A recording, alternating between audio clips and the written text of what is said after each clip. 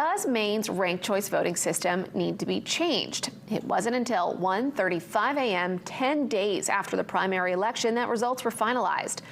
Critics of ranked choice voting say the process takes too long and results shouldn't be released in the middle of the night.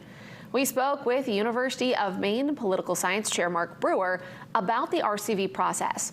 He says getting it right is the most important thing, but there has to be a way to get there sooner. It would be good if I think we could shorten the duration up, and I'm sure there are ways to do that.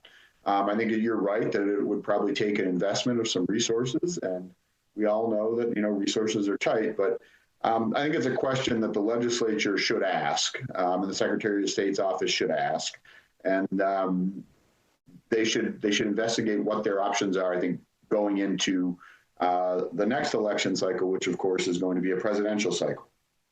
One suggestion we discussed with Brewer was investing in voting machines that would put all polling places in the state on the same system, removing paper ballot counting as a potential way to expedite the process.